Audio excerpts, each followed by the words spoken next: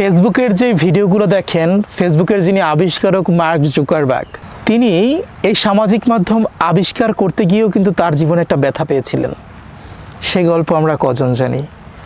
সে গল্প শুনি বা কজন? কেউ শুনি না, কেউ মনেও রাখি না।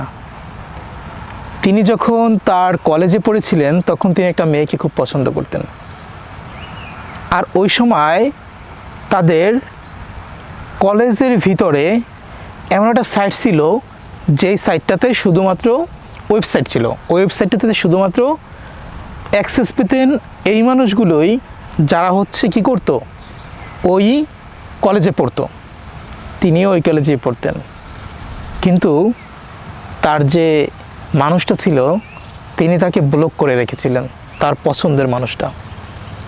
সেখান থেকেই মূলত পুরুষের রাগ এবং যে একটা মনের যে চিৎকার বা একটা যে মনের জেদ, এটা তৈরি হয় কিন্তু পুরুষের ব্যর্থতা থেকে। সেখান থেকে সেই মানুষটি কি করেছিলেন জানেন?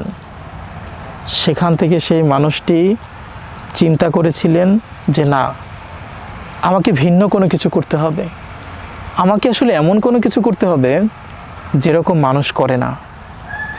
সেই চিন্তা করে, সেই ভাবনা করে তিনি ঘাঁটতে ঘাঁটতে দীর্ঘ 8 বছর বসে ফেসবুকটাকে আবিষ্কার করেন। আপনি যখন একটা কাজ করছেন, মানুষ ভাববে না।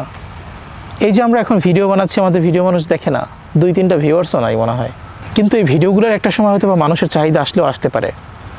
এটা জীবন কাউকে কোনো দিক থেকে ঠকায় না। আল্লাহ আপনি যতটুকু করেছেন তার জন্য আল্লাহ আপনার জন্য ঠিক অতটুকুই কি করেছেন, রেখেছেন।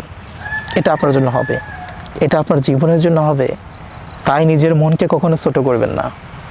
আজ সেই মার্ক জুকারবার্গ পুরো বিশ্বকে আলোকিত করেছেন শুধুমাত্র ফেসবুক দিয়ে। ইয়েস, এটাই চিরন্তন সত্য।